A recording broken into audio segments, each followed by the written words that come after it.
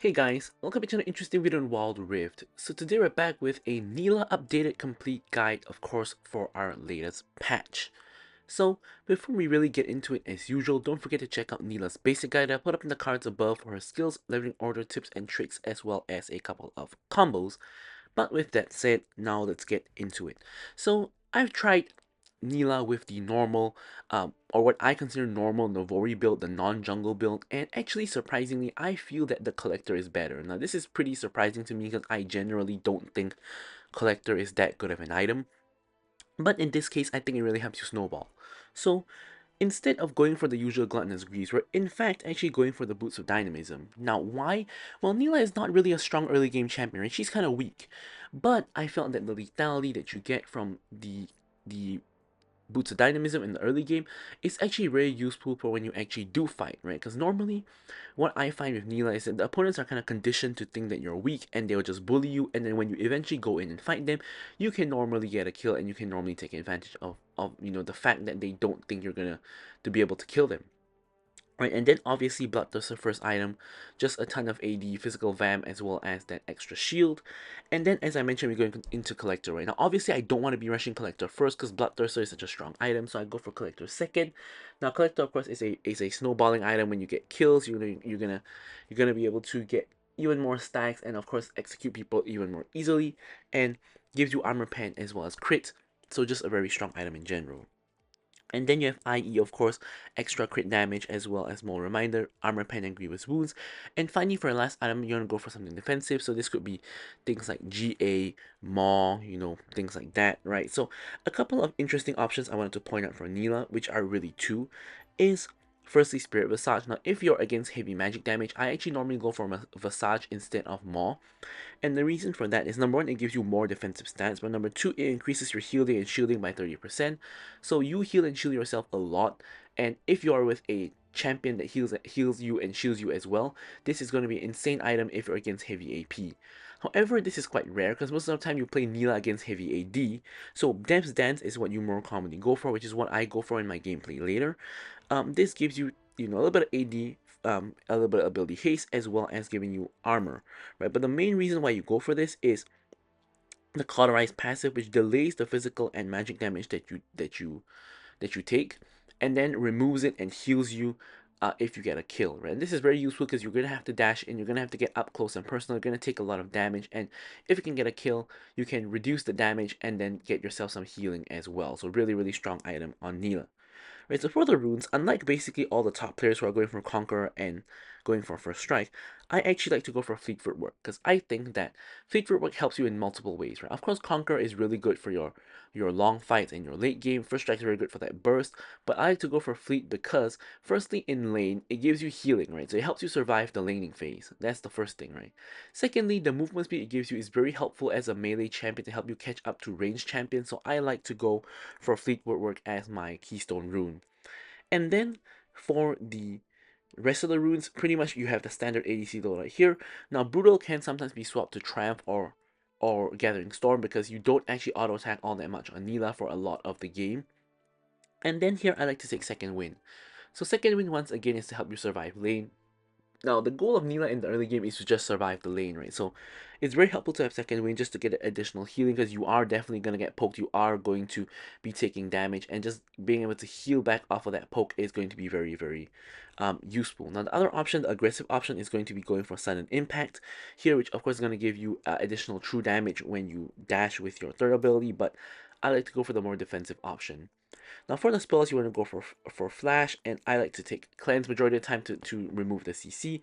Of course, if you don't need Cleanse, probably the way to go is Barrier or Exhaust.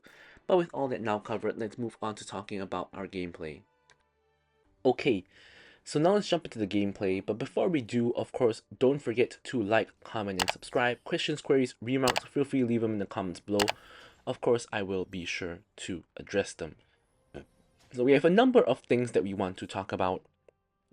Now, firstly, Nilah I think is best played against as purely a counter pick. You never ever want to blind pick Nilah because when you blind pick Nilah, you can get a lot of bad matchups. As here we get into a fight level 1, we start teeing off onto the Jhin and the Senna as well. Now, Soraka is basically carrying the 1v1 and not me. She's doing a lot of damage and healing a lot on Senna, and she's killing her with the auto attacks. Now Soraka gets really low, Senna gets baited. I cleanse flash and finish the kill onto Senna, and then we start unloading onto the Jhin, which allows the Soraka to then get the ability to kill the Jhin. So overall, we get 2 kills in trade for 1 at level 1, which is a pretty good deal. And this, I have to say, is very, very rare in Nilah matches. Getting a kill level 1 almost never ever happens because you're normally just getting bullied. Not sure why they took an all-in with us at that point. Although both of them had Fleet as well, and I had Fleet as well, so no one had Conquer or Little Tempo, which is kind of why we were able to win. Here now you can see this is the usual business as usual. Senna zoning me off the minions. I can't really do anything. She pops the fruit, which gives me the fruit. Now look at Senna, right? She's tanking all that minion damage. She takes like so much of her health is gone just from minion damage, and she's below half health. So I'm just gonna dash in, and I'm just gonna kill her. However, the issue is that I accidentally dashed into tower range and I tanked 2 tower shots and died as well. But if I had executed that a little bit better, that wouldn't have happened, and I would have just been able to kill her just real smooth, just like that, right? But anyways, it's a 1-for-1 trade. I get a kill, Jhin gets a kill, and I have a slight gold lead at the moment. Alright, actually I don't have a slight gold lead at the moment. I'm slightly behind at the moment. But let's get into a little bit more of the discussion now that the action is, you know, a little. It's kind of over. Of course, it's not over because the match is ongoing. But the action-packed part of the lane is, you know, still to come. But we have a little bit of a breather here to kind of discuss a little bit, right? So I like to only pick Nilah as a counter pick into champions that like to auto attack a lot. So I think the minimum you want is 3 auto attacking champions, right? This is not that rare in this current meta. So auto attacking champions are champions like, other than the ADCs, you know, champions like Tryndamere, Yasuo, Yone, you know, champions like this, right? So in this case, I have Senna, I have Jhin, and I have Tryndamere, right? This is not the most optimal kind of situation, right? Because Senna and Jhin are slow auto attackers. So if you have like a situation where you have a normal, not normal, because Jhin is a normal ADC, you have a ADC that builds attack speed and like another champion that builds attack speed. Let's say you have like a Yasuo or Yone in the mid or top lane. That will be the most ideal kind of situation here. But this is already a really good game for Nilah just because of how much damage she can actually block with her W. Now I think if you don't have this kind of team, it's really not worth playing Nilah, right? Because the only advantage Nilah has over regular ADCs in general is her W just to block auto attacks, right? A bit like a Jax E, right? That's really the main strength that you have. So that is the main reason why you want to pick Nilah in the ADC role. In the jungle, it's a completely separate thing altogether, but in the ADC role, that is one of the good things.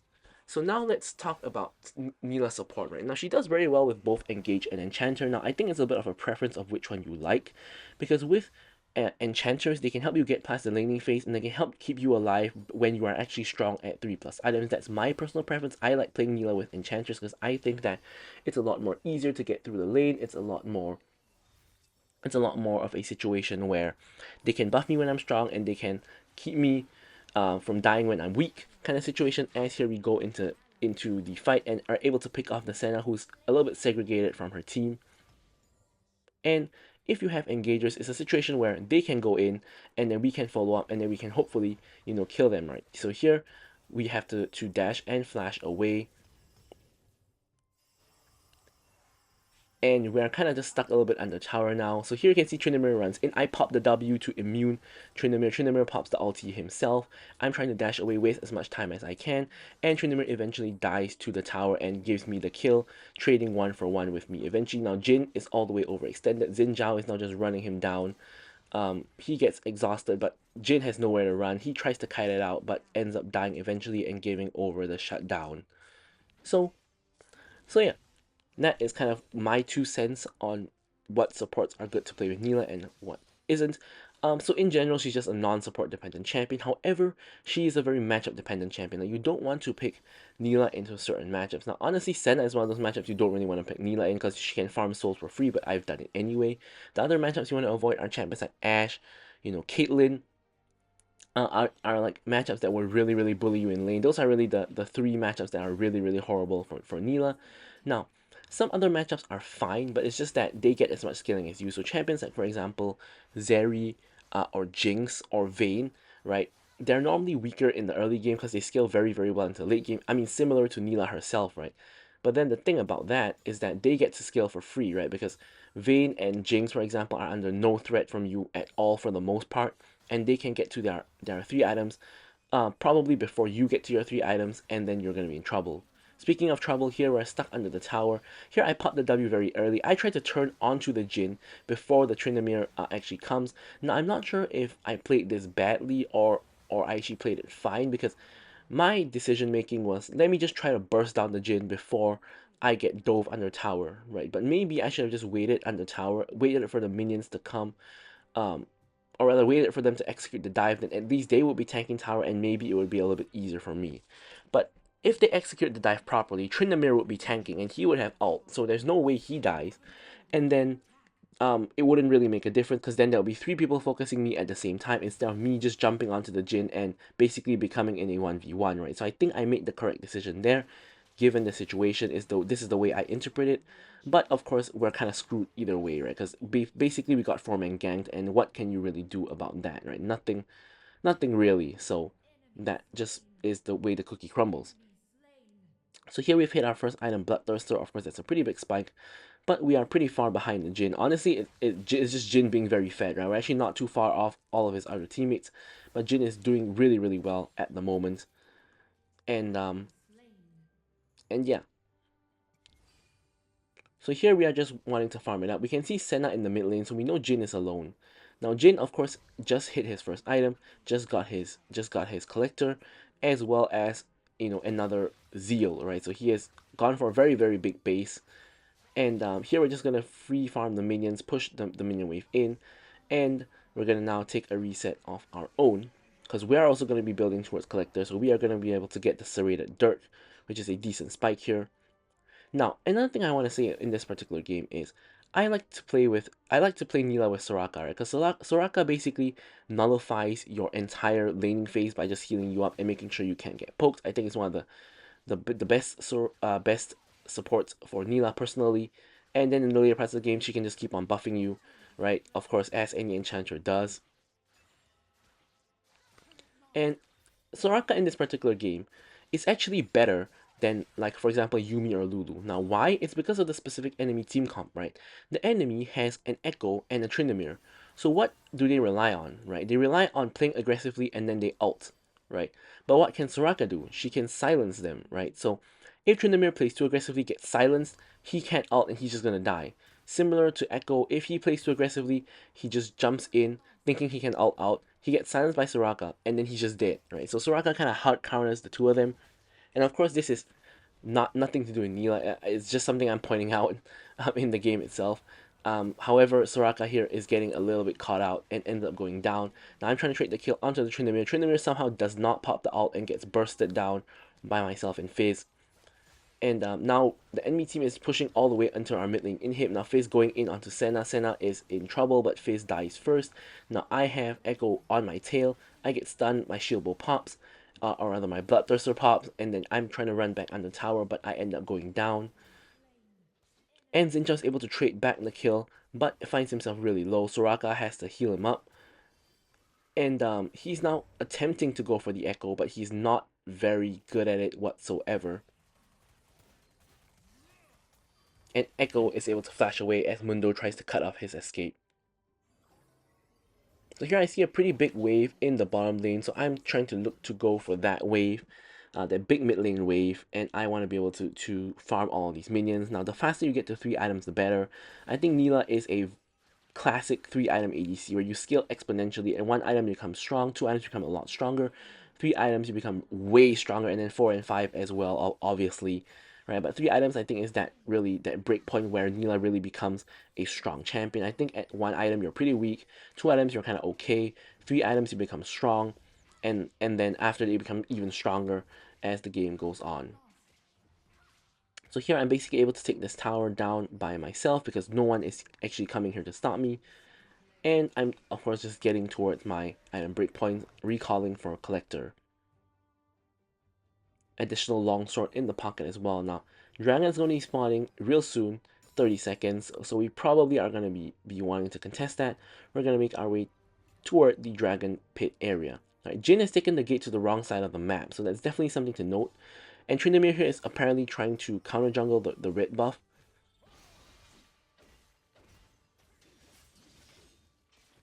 And ward in our jungle just going to be removed by the control ward. Now there is a number of people, of course the enemy team, all making their way into our jungle, obviously as Dragon is spying. Now Tryndamere is alone, he is silenced, he cannot ult, and we get rid of him first. Now I'm going to ult to try to get back some health. I'm trying to hit whoever I can, but of course I end up going down because I'm getting focused by a couple of people. However, I think that our team probably wins the fight here, and Senna goes down. Fiora is the only one left standing, and it's a pretty successful fight because in the end it's a 1-4-4 trade, and we get the dragon as well. So pretty alright in the grand scheme of things. You can see the Soraka silence countering the Tryndamere there, preventing him from ulting, and he just ends up going down. And that's really how it's supposed to be played, right? As the Soraka is good, she will silence Tryndamere or Echo, when they want to ult, or even just silence them in general and then let us burst them down even if they're full health, right? So those kills allows us to pick up the dragon and transition over to the baron, where the enemy team probably suspect we're doing it, which they do, and we're now gonna try to get it. However, Tryndamere comes in, steals the baron, and now we're in a very awkward position of we haven't reset yet to spend the gold we got from all those kills just now, and enemy team has, and now they're just running us down. And this is just one of those very unfortunate ones where sometimes you lose an objective and then the whole game just kind of turns around. So the momentum has shifted. The enemy team is killing all of us. I'm the only one left standing here at 1 HP. And the enemy team gets Baron as well to push down our inhibitors. Right, so inhib tower 1 goes down. Now, I'm thinking at this point the enemy team might be able to end the game, so I have to do something about it. I'm going to dash in, ult the wave, and then dash back out and prevent the enemy team from, doing too much damage to my base. Now, honestly, I'm not sure if I needed to really do that because the base still had a pretty large shield, but I didn't want to take the risk of the enemy team, ending the game. So I had to go in for that wave clear ulti. Although, to be fair, I think most of the wave was already evaporated from just my initial dash in, right? But I just ulted anyway because that was always the combo I was going to do. But I actually don't think I even needed to ult, but, it is what it is. We managed to clear the wave and successfully defend, our base and make sure we don't lose the game right then and there. Now, we have Fiora now just split pushing the other side of the map, and we're just trying to desperately clear the wave. Of course, Baron minions are really tanky and they're not easy to kill, and my team gets into another fight in the other side of the map and they're all dying, leaving myself, Soraka, and Mundo alive. Now Mundo here is baiting them, I guess you could say, and here I'm now just going ham, hitting everybody because they've already used most of their cooldowns. Now I get exhausted here. I'm gonna cleanse it, and then I'm gonna dash in on Jhin, kill him. I actually get a triple here. Shield Bow procs, or rather Bloodthirster pops.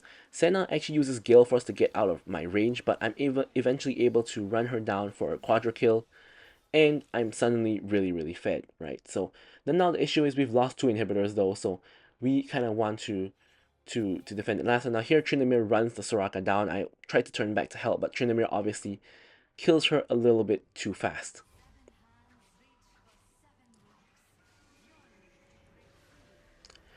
And now we're gonna reset. We pick up IE, so now we're on 3 items, and in fact 3.5 items at this point. And as I said, this is the point where you get strong. So now that I finally am strong, I'm definitely looking, to fight. And I'm the most fit member of my team, and comparable to the most fit member of the game, right? I mean, Tryndamere, Fiora, Jhin, myself, all on 12k plus gold. We're all really fed. But you can see that their team has 3, but my team, it's just me, and their team still has a decent lead against my team. However, we want to change that, but that's not going to happen with Fizz feeding the Tryndamere, unfortunately. And Baron is 40 seconds from spawning. Xin Zhao and Fizz are both dead, and it's once again myself, Soraka, and Mundo. And I don't know why Xin Zhao and Fizz are just dying on repeat like that, but yeah. So we ward over the wall, ward gets destroyed, and the enemy team are pushing in on 2 lanes, pretty much as if they had Baron when they actually don't. The mid lane inhibitor is not long for this world. We cannot defend it without putting our lives at risk, so we lose 2 inhibs at this point. And Fiora now just coming in with the Hull Breaker, pushing in as well. And here we're just waiting for an opportunity to go in, right? We don't want to go in here because the enemy team still has all their cooldowns and we're gonna get bursted down, right? But instead, We're going to wait for an opportunity to go in, and there it is. The enemy team has engaged onto my team, and they've used a lot of the cooldowns. I'm dashing in. However, 2 dashes and flashes over the wall mean that I can't really do very much. I dash onto Senna. I get the kill on her, so we at least get something back. I think that was a decent not engage, but a decent dash by me to get an ult onto 3, but I hit no one with the ult because they all kind of dodged out of it, which is, of course, what they're meant to do, so you can't really blame them for that. And here the next dragon is up. Now, I'm no interest in the dragon. I just want to clear the wave. Right, but Tryndamere goes super aggressively onto the Xin Zhao. Now, here I pop the W, and I'm just running Tryndamere down. Now, unfortunately, Tryndamere actually escapes, and now I'm in an awkward position. I eventually kill the Tryndamere, and I'm dashing over, killing the Fiora as well, picking up the double.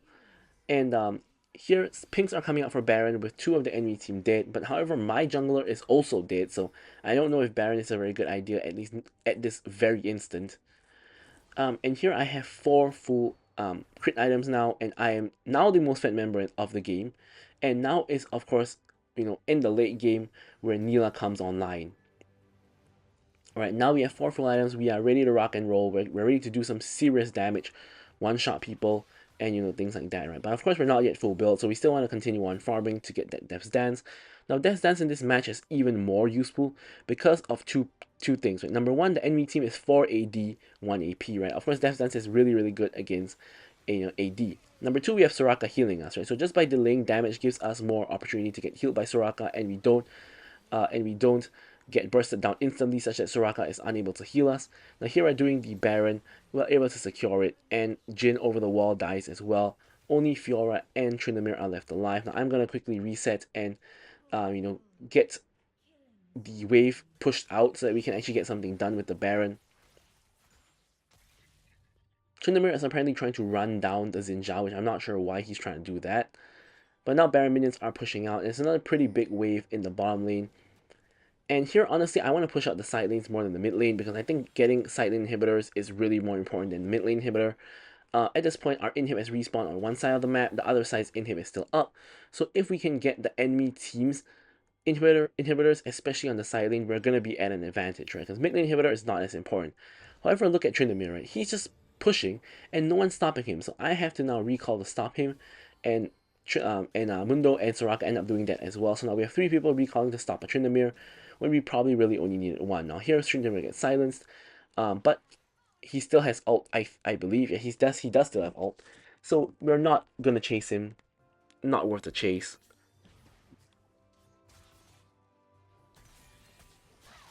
Now we're gonna continue on pushing. Fiora getting a little bit caught out and ends up barely escaping with her life. Clearing the wave. We have gotten no towers yet so far from the Baron itself, which is not very good. Elder is now going to be spawning soon. We're going to quickly secure this vision to ensure we can see the enemy team doing Elder. Now in the setup for Elder, I'm going to put down the ward inside the enemy jungle. Now here, I end up getting caught in a little bit of a situation where I'm in a little bit deep, right? So here, unfortunately, Echo ults out. I'm able to kill the Senna, and here I'm trying to finish off the rest of them. I get the kill onto Echo, but unfortunately, go a little bit too far in, and Soraka is not really able to reach. Jhin gets my shutdown, and he survives, and Tryndamere is able to basically kill everybody else. Now Jhin still trying to run away. Mundo missing the cleaver, trying to run down the Jhin. Slowly but surely is running down the Jhin. Jhin gets slowed by the cleaver. Jhin pops the fruit, but eventually does go down. Cannot really deal with the Mundo, who has Twin Guard and is just way too tanky. And here at this point, we finally reach full build with the Death's Dance purchase, right in time for the Elder Dragon, as Fiora now goes in onto the Mundo and easily pops all of the vials. Mundo is in trouble, Mundo is dead, and that's not good, having Mundo dead right before Elder, right as Elder is already up. Elder has been up for 30 seconds, but both teams are kind of mostly dead, so we cannot really, do anything about it.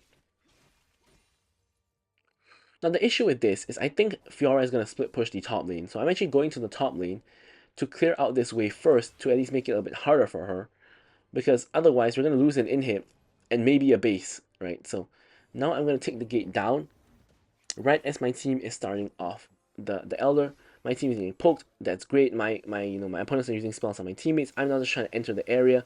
I pop the W just to be safe. And here Senna, I think, goes AFK or what, and we kill her. and then we move on to Fiora. Fiora goes down, move on to Echo, who has already ulted. We get the triple, and then it's just ourselves, right? So now we pop the stasis just to buy time for Tryndamere ult. We kill him, we get the Quadra, and then we ult Jhin in and follow him for the pentakill on the Nilah, as you guys expected by seeing, of course, the title of the video, right? So now we're just gonna get the Elder Dragon secure and get off a reset. Our mid lane is getting completely pushed in, and at this point, since we are at full build, we actually want our teammates to get the minions if possible.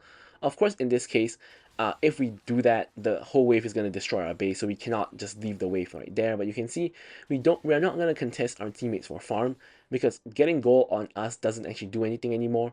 And at this point, with the Elder in my possession, I'm gonna go for the Baron, right? And honestly, with this full build, I believe I can just solo the Baron. So I'm not even gonna wait for my team. I'm just gonna work over the wall. And you can see I am soloing the Baron pretty easily with 600 per hit on the Baron. And my team is now coming, but honestly, I didn't really need them. But here, yes, Xin Zhao comes in for a smite. I secure the Baron anyway, which shows that Xin Zhao is a poor smiter.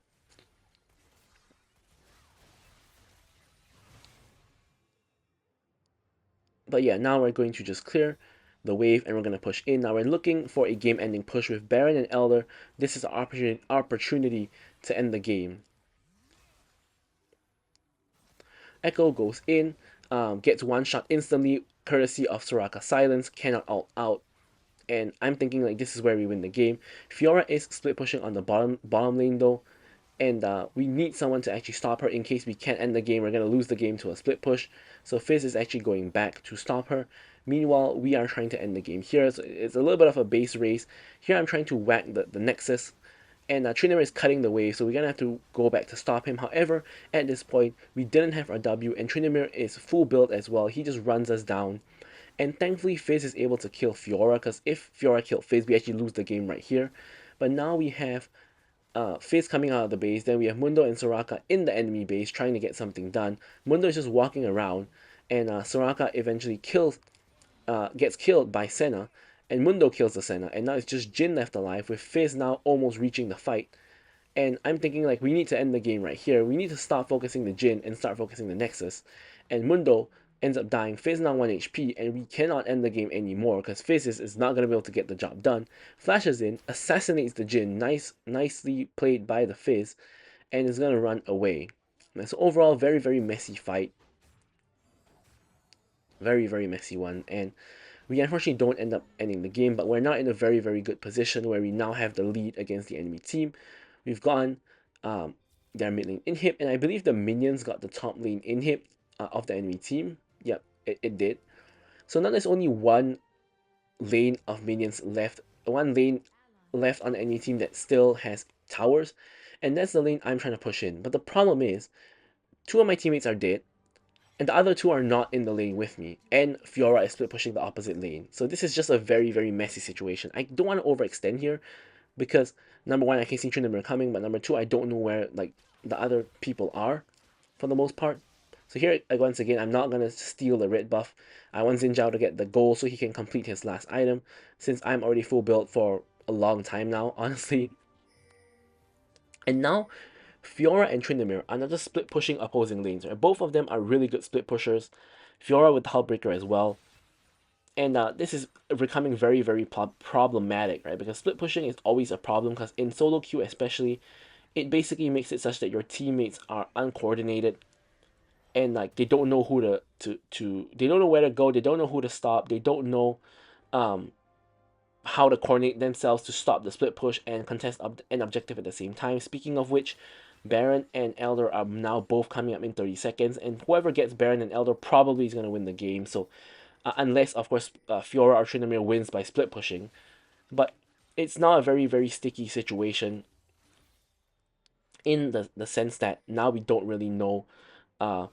You know, we need to kind of contest the Baron and the Elder, but at the same time, Tryndamere is split pushing one side, Fiora is split pushing the other side, and it's just a problem.